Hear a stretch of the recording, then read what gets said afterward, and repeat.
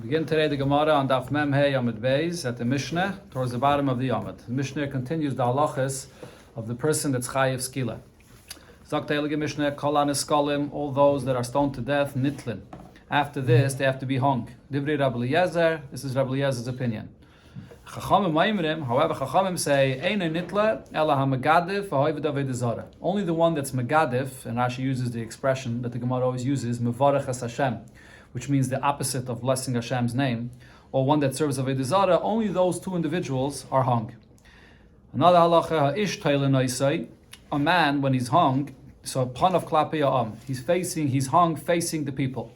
V'ha'isha, but a woman, panea klape ha'etz, when she's hung, so for her it's too much of an embarrassment, so her face is facing the wood that she's hung on, not the people. Divrei Rabbi Eliezer.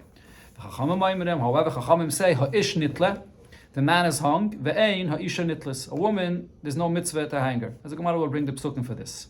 Now on this, Amalan Rabbi Eliezer asked the Chachamim, but v'haloi Shimon ben Shatach. There's the story of Shimon ben Shatach that killed mechashvais, women that were sorcerers in Ashkelon. So Tola Noshim ba'Ashkelon. He hung these women in Ashkelon, and they were women, and he hung them. It's actually mashma from the Mishnah that they weren't stoned to death first and then he hung them, but this is how their misa was, by hanging them. But we see that even women, they were hung.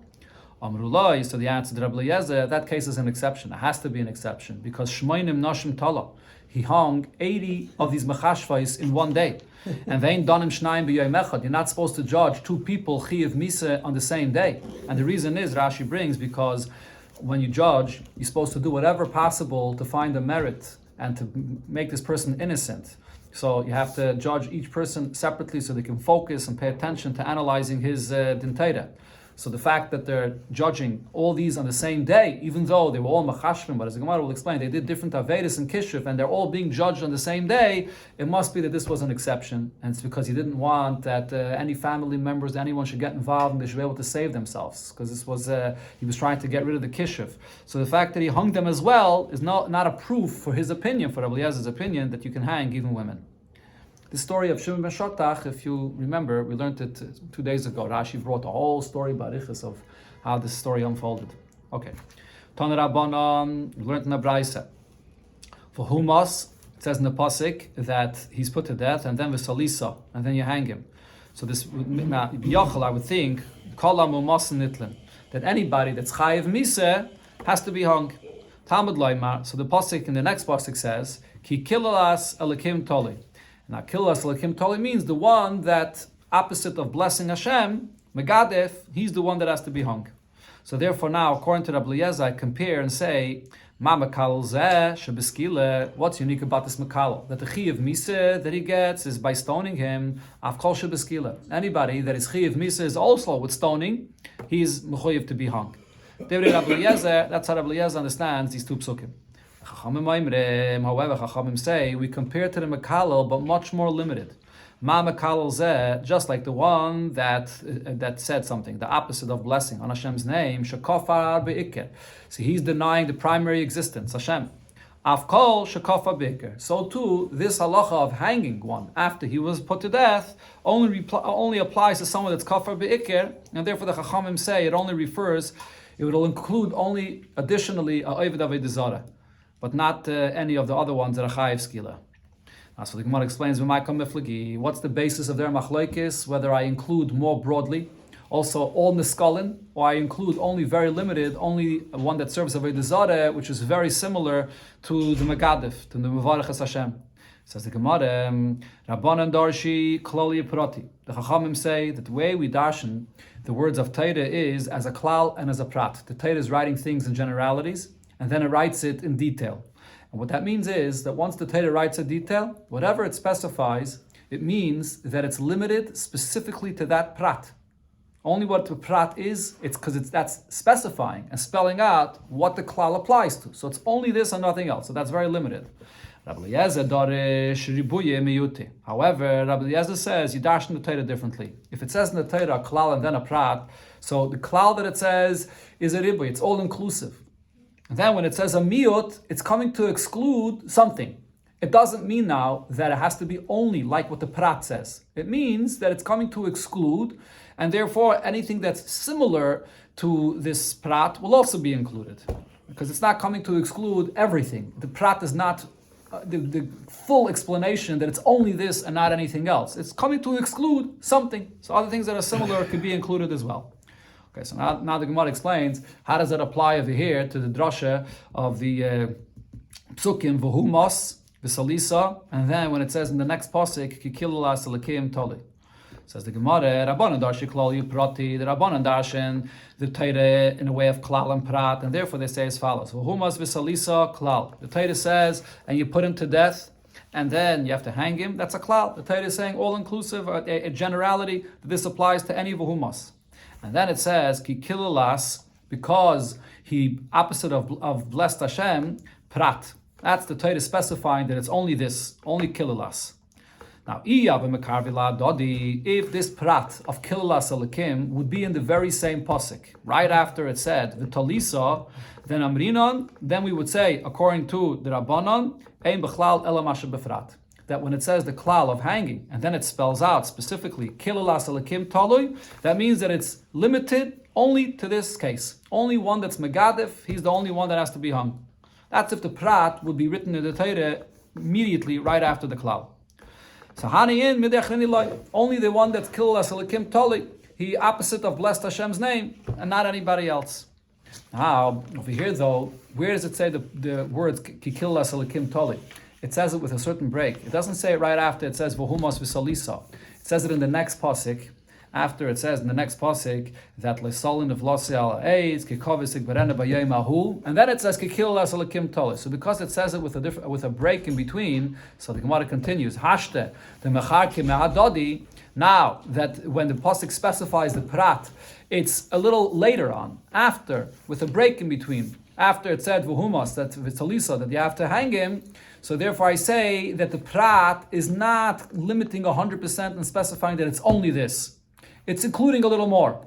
So what do I say? Hahani l'rabuya avodas kachavim dedami lebachol mili. So a marb is something that's similar to the prat, and that is avodas zarah, which is completely similar to megadif, because in both cases, as Gemara said, he's kafar be'ikr, and therefore I marbe only something which is ke'en haprat, which is very similar to the prat, but not broader than that, not more than that. Rashi says that this kind of drasha that the Gemara is saying here regarding a klal and a prat, when the prat is not right after the klal, it's a little bit further on, and therefore we're including the prat more than just the actual prat itself, is similar to the kind of drasha that the Gemara says usually in other places, klal or prat to klal. When you have in the Torah first a klal and then a detail that specifies, and then another klal as well afterwards. So then I say that amar be, that it could be ke'ena prat. That's why the Torah wrote another klal afterwards. Not just the prat itself, but anything that's similar to the prat. Over here, it's the same, similar kind of drasha, but there is no other klal afterwards. But the reason why amar be, even of a desire that's ke'ena prat, is because the prat doesn't come immediately after the klal. It's a little bit further on, so amar be a little bit more. However, Rabbi Eliezer dorish ribuya miyute. Rabbi Eliezer darshans the Torah in a different method with a ribuy and a miyut. First we say it's all inclusive, then the miyut is coming to exclude something. But even when you just have the ribuy and miyut, it doesn't mean only this. Other things that are similar to the miyut could also be included. So when it says v'humas v'talisa ribuy, first the Torah writes that he's put to death and he's hung, that includes everybody. Then when it says kikilalas miyut, and Torah says that it's only for the one that kikilalas, the opposite of blessing Hashem, so that's a miyut, that's an exclusion. Now, if this miyut would come in the same pasuk right after v'humas v'salisa, lahavim arbinon ela avedis kechavim dedamila v'chal mili, then I would say that because it's an exclusion, but it's an exclusion that's not only this prat. When you darshan miyut, ribuy and miyut, it means that you're excluding, but it's not excluding everything. It's excluding something that's similar to this exclusion. But other things that are not similar will be included. So if the Torah would write the miyut right after the ribuy, so then I would say that it's excluding all other chiyuvim of miseh, but it would include already avodah zarah. So I would know the inclusion of avodah zarah to be similar to the one that's megadif just from the drasha of the ribuy and the miyut. But now, hashte the marcheki mahadodi, now that the miyut is not in the very same pasuk, it's further on, which shows that you have to be memayit less. That's why the Torah distanced it. Ahani l'rabuye sharan eskolim. So according to Rabbi Eliezer, it's distancing it in order to make this broader, in order to say that the miyut is not such a big miyut.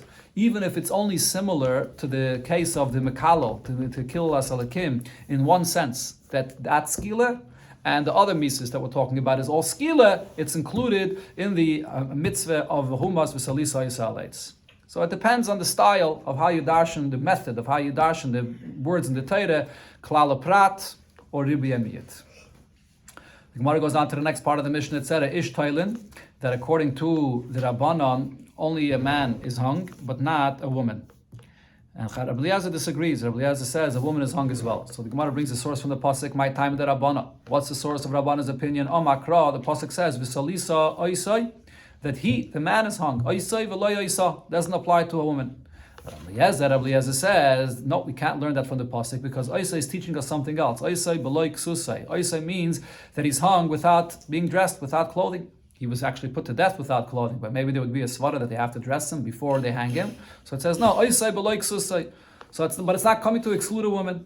But Rabbanon, so how the Rabbanon respond to this? Don't they have to learn this drasha as well? B'loy ksusai? So the Gemara says, En chanami, you're right. The Rabbanon, their source that a woman is excluded is not from the word oisai, because that teaching b'loy ksusai.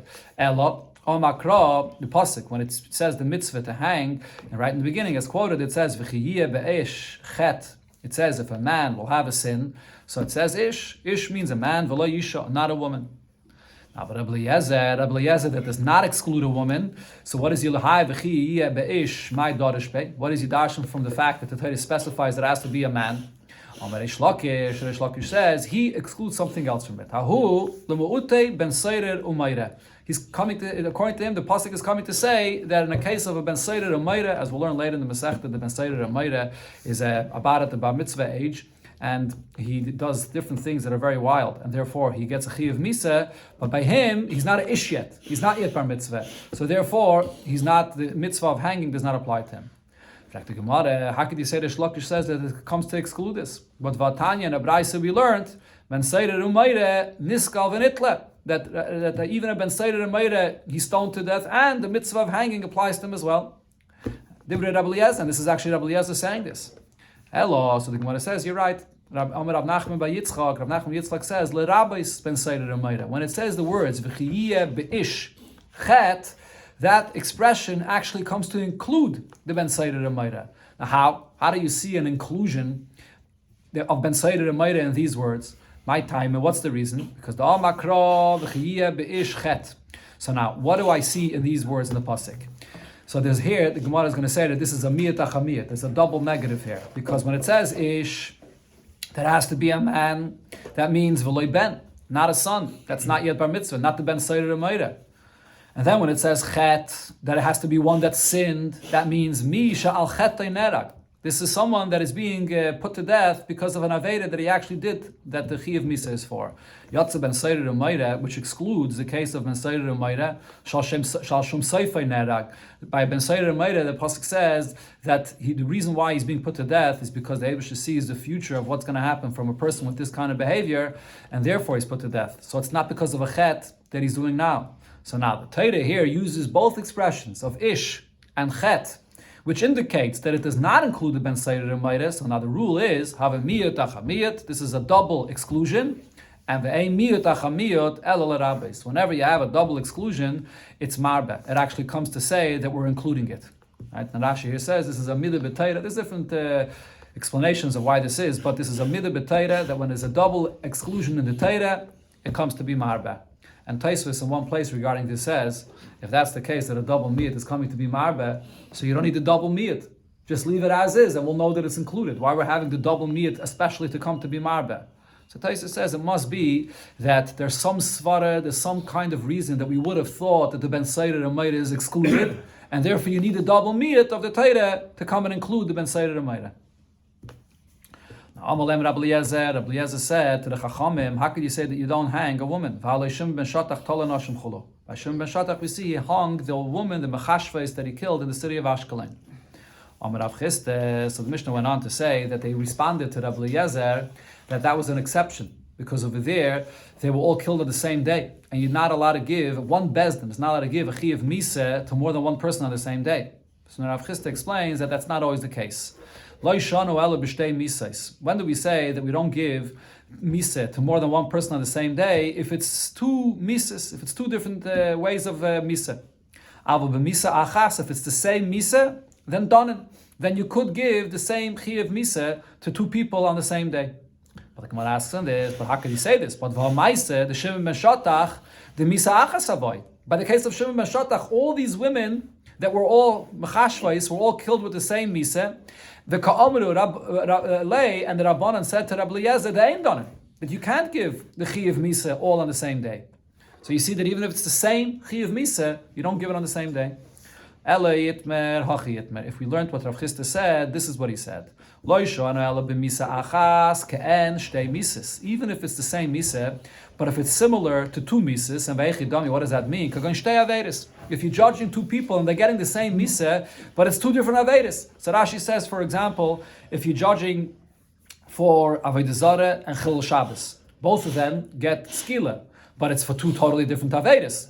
So because you have to judge these two people that are getting the same misa, but you're judging two different avedas, and you have to analyze these two avedas separately and need special attention, each one of them. So you can't judge them and try to find a limud schos for both of them on the same day. But if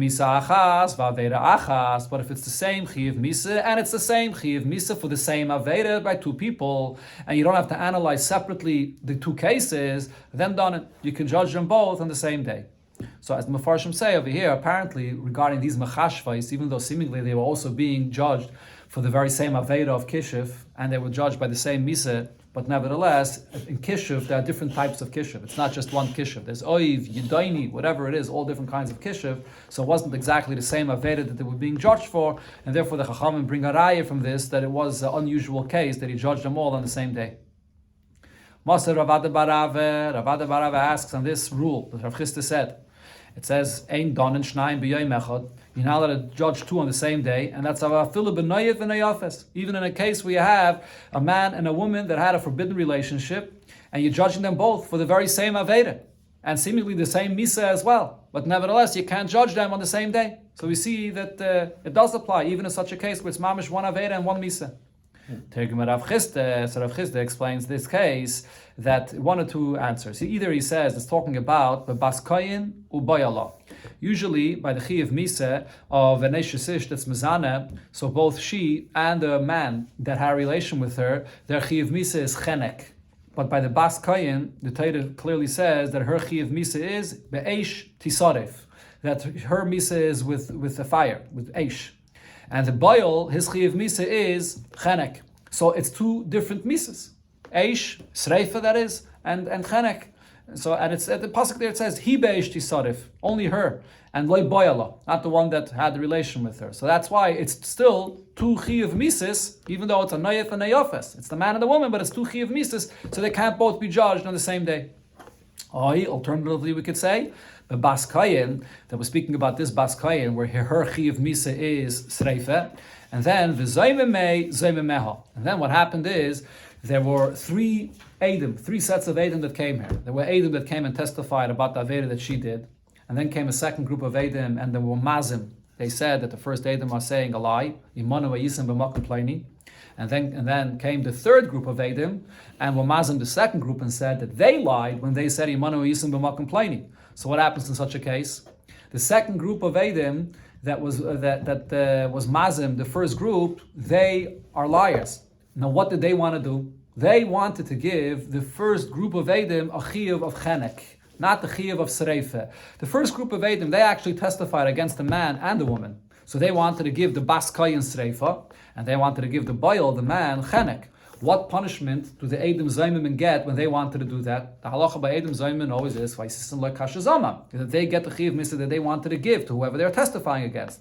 But in this case, the Gemara says that they only get the Chiv Misa that they wanted to give the Boil, not what they wanted to give to the woman.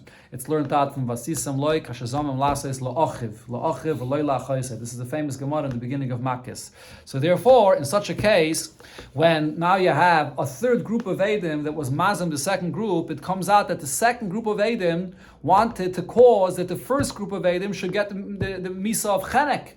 So now the second group of Eidim are going to be getting Chenek.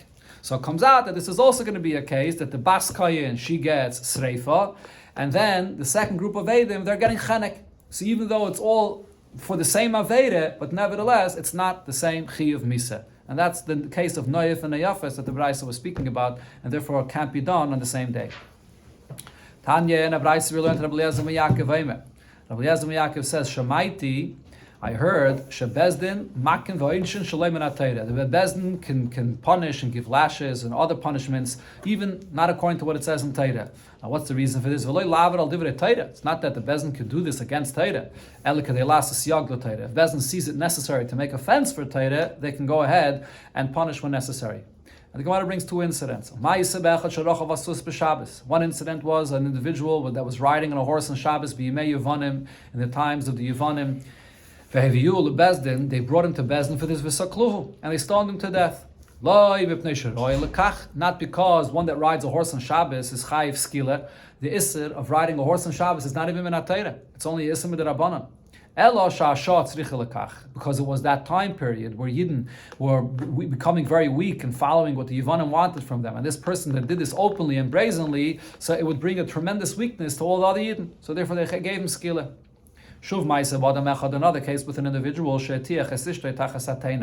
had a relation with his wife outdoors, under a fig tree, and exposed, not sneistic. And they brought him to the Bezdin, and they gave him lashes for this. Not because it says in the Torah that this deserves Malchus, but because at the time and the act that he did demanded this, that others shouldn't learn from him. So this mitzvah of a salisa, to hang, the one that was put to death, so how is this mitzvah fulfilled? So mishakin esakayre be'etz ba'aretz, that is, so you have to have the pole, the wooden pole that you hang him on, so that's stuck into the ground, va'etz yaitze, and the wood comes out, and then, now the va'etz yaitze here refers to, when you hang, there's the wood that's the pole, and then on the top, there is another wood that they hang out, like the shape of a long chof, like a long chof, where you have what's on the ground and then what's on the top that they hang them on. And they take the two hands of the person and then they tie it together one on the other, and that's how they hang him on top of this place. Rabbi Yossi says the way it's done is different. This wood that they hang him on is actually not stuck into the ground, but it's leaning on a piece of wood, or leaning on a wall, that is. And slanted, leaning on a wall. And then they hang him on this piece of wood, similar to what the butchers do when they hang the animal on such a slanted area, leaning on the wall. And that's how they hang this person as well. And the Mishnah says, he's hung and he's immediately removed, and they bury him right away. If they don't bury him, they leave him till nighttime. They'll be over an alav. They should not let the dead carcass and the body hang on this wood. They have to bury him on that day. What this means is, why is this person hanging? Because the opposite of blessed Hashem's name. So this causes a desecration of Hashem's name when people see this person hanging, and therefore he should be hung, but then removed immediately. So Rab Meir said about this, when a person is put to death and such a thing happens, when a person here below in this world is suffering, here in this case regarding a person that comes to such a situation, what is the expression that the Eibusher says? Kolani miraishi, kolani mizrayi. The Gemara will explain the pshat of this. According to one pshat, kolani means I'm not light on my head and I'm not light on my arms. Like a person that's suffering and his head and his arms, his body becomes very heavy on him. So the Eibusher is experiencing the suffering together with this yid. In Cain, so this is the Yid, this is, the Yid, the Gemara will say more details, we'll see. In Cain, Amokim Mitztaya, Al Dom Shal Rishayim. If this is the kind of pain that the Eibishter has with the suffering of the blood of even a Rasha that came to this point that he was put to death, Shenishbach, that is spilled, Kavachaimer, most definitely, Al Dom Shal Tzadikim, for the blood that's spilled from the Yidden, the Tzadikim, the Eibishter is suffering along with the Yidden. Not only this was said, Ella, so now this is going back to what it said before, when he gave to not allowing him to hang on the hang, and you have to immediately remove him and bury him. Anybody, when he gave to the mitzvah of kfura b'chlal, that the mitzvah to bury has to be done on the same day. If you only bury the next day, you're over on this loisasa kikavas igberana b'yemahu. However, if a person, they did not bury him on the day that he passed away, and they waited until the next day, all for his honor, in order to prepare for him what's needed, the coffin, the shrouds, then ain't no over all of. So then you leave him until the next day, you're not over on this lois sesa. This person that was put to death by the Bezdin, he wasn't buried b'kivrei savaisov in a regular cemetery with his ancestors, with his father and so on. There were two special cemeteries that were set aside by the Bezdin. Achas, one was l'nerogin l'nechnokin, for one category that are put to death, whether by nerogin is with the sword, the nechnokin, the ones that are the chanike, the choked, and va'achas l'niskalim and l'tzrafim, and the others that are stoned to death or burnt, that's another Beis HaKvaris. So even though there's four categories really, but there's Allah Sinai that there were two of these cemeteries for these people.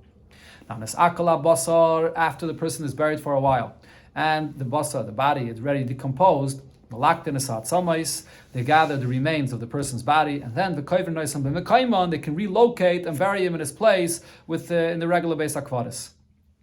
Now, after all of this, the relatives of this person that was put to death by the Bezdin come and greet and ask for peace by the Dayanim, by the judges that paskin this way, and also from the Eidim as well, the witnesses.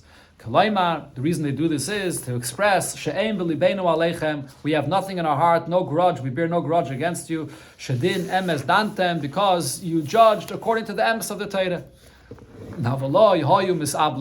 On these people that were put to death by the Bezdin, there's no halacha of avelos, because their death is the fact that they're going to be embarrassed by their death, and the fact that we're not misabel of them, that itself is the kapara, that they're not getting the honor, the people are saying shiva and being misabel for them. Avol eininin. But the aninus, Rashi says, that's the anguish a person is feeling in his heart. That aninus is there. It's not expressed openly. That gives them honor. Shein aninus ela belev. Oh, because the Mishnah says here. So because this is only in the heart of the person. So the Gemara Tana Rabbanan, we learned Nabraisa. The morning is going through the... Correct, the whole shiva, yeah. Tana Rabbanan, we learned Nabraisa ilu nemachet. V'salisa, if the pasuk would say that if a person has a chet, an aveda, then v'salisa, you hang him. Then I would say that first he's hung, and only afterwards he dies. Like the government, the Goyim do, that they hang a person and that's what kills him. Talmud Leimar, the pasuk here says v'humas, he dies, and that's what the chiyuvim misa that the Torah says. And only after he's dead, v'talisa, then he's hung. Now, how is this done? This mitzvah of hanging him is mamish supposed to be just for a split moment, because what they do is they wait with the verdict. It's close to shkia time, and v'gaimer mesdina, and that's when they give down the verdict. And then they give him the chi of misa right then, immediately. You're not supposed to wait in order for him not to suffer anymore. And then immediately they hang him. One person comes and hangs him. And kaisher again, I'll read it like this. He's hung. Echad kaisher, one ties and hangs him. Ve'echad mater, and immediately another comes and unties and removes him.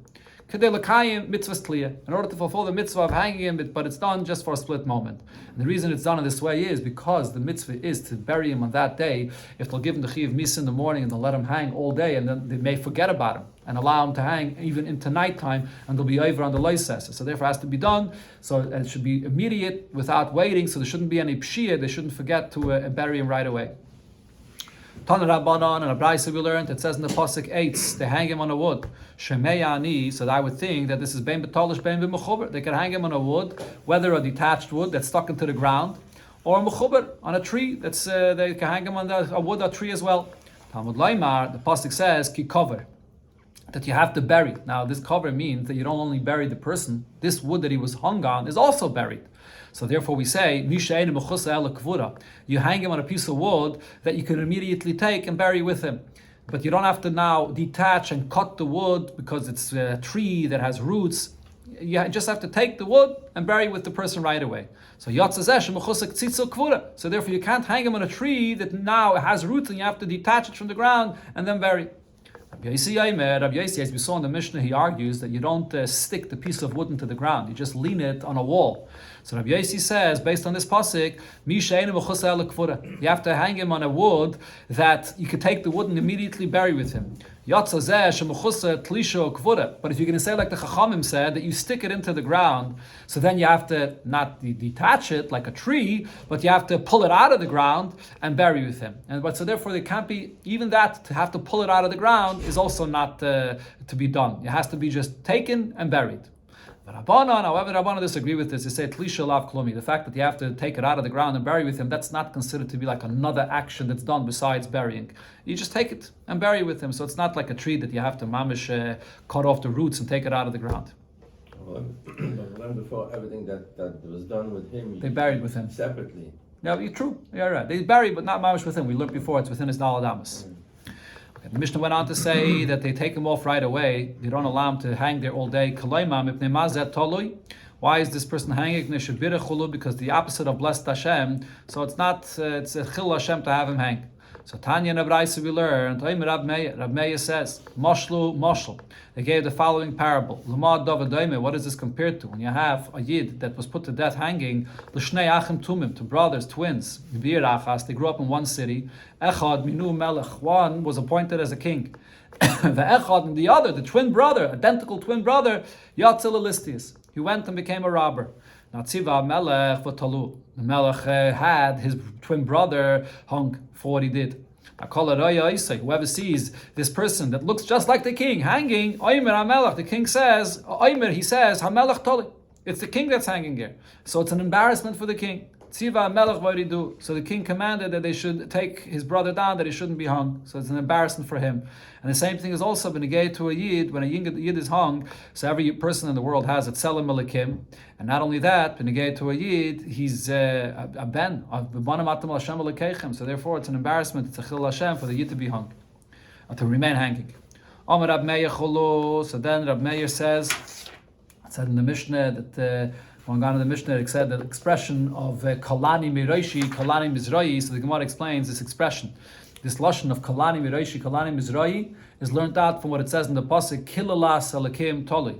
So my mashma, what does this mean? This way, Kalani Miroishi, Kalani Mizrahi. So Abaye says, Kamanda Omar, like a person says, Kal less. I'm not light. I don't feel light. My head doesn't feel light. My arms don't feel light. So the lashon of kililas is darshan kal less, that Hashem says I can't feel light when I see a yid that's being put to death. But Rabbi says on this pshat im kain. Why do you have to say it? I'm not light. So then the pasuk or the drasha should be that I'm heavy. Hashem kaviyachol says my head, my arms are heavy. Hello, Marove. So therefore, Rava says the expression of Kalani Miroishi, Kalani Mizrahi is different. Commando Amar, like a person that says euphemistically, Kili Alma, that everything is light for me. The whole world, everything is light for me. So, meaning, but he's saying it euphemistically. He really means to say that things are very heavy and hard for him. So that's what learned out from the term of Kilalas Alakim, that the Eibush is saying euphemistically that it's very hard for him to see a yid in this situation. But the Gemara asks on this, how are we darshaning this drasha that Rav Meir said of Kalani Miroishi, Kalani Mizrahi from the expression of the pasuk Kilalas Alakim Tali? It's not an extra word. The word Kilalas Alakim, it's needed to darshan the drasha of the pasuk itself. It comes to teach that the megadif, that you have to hang him, or as we learned, the Gemara before said, you learn out the Avodah Zarah as well, or maybe even additional, as we brought before, all Niskalin. But we had Legufa. How could you learn out an additional drasha here? Says the Gemara, because it's an unusual word. In Cain, name Mekra, Mekalo. Should have said that the Mekalo, the one that the opposite of blessed Hashem, is hanging here. My kililas. Why is it saying kililas, their curse? This is not the way it should be written. That's why I know that the change of the wording is telling me that we learn at this point as well that Hashem says that it's very hard and heavy for him to see this happening. Says the Gemara, if that's the case, maybe the expression of the pasuk is only coming to teach me this point, and I can't say the other drushes that we said before that you learn from this. Says the Gemara, no, because im came name akra kilas, not with two lamets. Kilas would mean kal kalani miroshi kalani mizroi. My kililas. Why does it say two lamets? Shmami no tarti. So therefore, I can learn out two different drushes from this word. And the pasuk said, the Mishnah that is said, "V'lei zubu vatchulu." Not only this person that's put to death by the Bezdin has to be buried on the same day, but also regarding any person that passes away, there's a mitzvah of kvura, and he has to be buried on the day that he passed away. How do I know that someone that leaves overnight, a person that died, that he's over on this lav? It says the double lashon that you should bury him. From here I see, if you leave a dead person overnight, you're over on a lav.